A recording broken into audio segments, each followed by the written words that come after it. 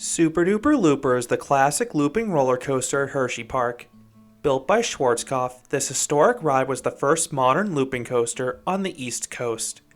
Hersheypark may have built bigger and bolder roller coasters over the years, but Sooperdooperlooper is still an important ride for the park. Find out why in this review. Aerodynamics created the first modern looping roller coaster in 1975 with Corkscrew at Knott's Berry Farm. Just 1 year later, Schwarzkopf reintroduced the vertical loop on Revolution at Magic Mountain. The success and popularity of the latter is what led Hersheypark to contract Schwarzkopf to build a similar ride for their Pennsylvania theme park. Opening in 1977 at a cost of $3 million, Sooperdooperlooper was built on the wooded hillside bordering Park Boulevard. Then the lift hill and brake run cross over Spring Creek. The highlight of the coaster is undoubtedly the vertical loop. The element looks great as you walk up the hill towards Great Bear. Sooperdooperlooper features blue track and supports, and the current fleet of orange trains really pop against the track. Now, Sooperdooperlooper has gone through 3 fleets of trains during its lifetime. The ride ran with the original Schwarzkopf trains until 1989. These trains were then replaced by Giovanola rolling stock. Then, in 2012, the ride received Gerstlauer trains that have operated ever since. All 3 trains maintain the simple lap bar restraint. This is arguably the most minimalistic restraint you can find on a looping coaster, so it's pretty comfortable. And surprisingly, it also has a rather low height requirement. Sooperdooperlooper has maintained its low 42-inch height requirement throughout the years. Compare that to most parks where looping coasters have 48 to 54-inch height requirements. This allows Sooperdooperlooper to be the first inverting roller coaster for younger guests. And it's also a great candidate for that because it only has 1 inversion and the ride is super smooth. Compare that to some of the old Arrow or Vekoma loopers that A have multiple loops and B can bash the heads of younger guests. How long you wait for Sooperdooperlooper depends how many trains are in use. In recent years, the ride has tended to run just 1 train, which has resulted in lengthier queue lines reaching 45 to 60 minutes many days. In my visits prior, Sooperdooperlooper usually had 2 trains in use and was never more than a 10 to 15 minute wait most days. I have a slight preference for the back, but it doesn't matter tremendously with this coaster. Once dispatched, a chain in the station propels you up this curved descent.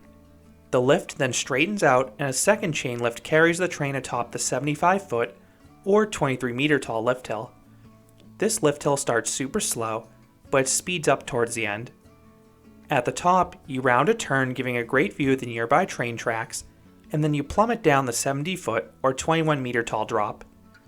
This drop gives a very faint pop of airtime in the back, but don't get used to that. There is no other airtime to be had on Sooperdooperlooper in any seat. That's just not what this ride is about. You then whip through the circular vertical loop. Like all Schwarzkopf loops, it is very forceful and you really feel the positive G's throughout the element. Now, the middle part of Sooperdooperlooper is a major letdown from both a pacing and element perspective. After the loop, you spiral upwards, losing a ton of speed on the way, and then you pierce through the vertical loop. It's a neat visual both on and off ride. You then gently turn past the coal cracker log flume and enter a tunnel themed to a mine shaft. This tunnel is rather slow and uneventful, although it did used to have an animatronic spider that would drop down from the ceiling to startle guests. That looked like a really cool effect. You then traverse this gentle S-bend after the tunnel. You are more or less going on a scenic tour of the hillside at this point. You then hit a sharp set of trim brakes that will sap the train of most of its speed. This causes the train to absolutely crawl over the subsequent drop and ascent into the helix. It feels like you're going to valley. But that 430-degree helix finale still manages to be decently forceful towards the end. I can only imagine how strong the G's would be if the ride ran untrimmed. You then hop into the brake run, ending the 2,614-foot or 797-meter long coaster. So what would I rate Sooperdooperlooper? I would give this classic ride a 5 out of 10. The ride's history cannot be denied. This is an important ride for both the park and the amusement industry, and is the perfect first inverting roller coaster for younger guests. I also love that forceful vertical loop, and that final helix is pretty good too. But the rest of the ride is rather dull. It's scenic, but the coaster unfortunately crawls and meanders through most of the layout.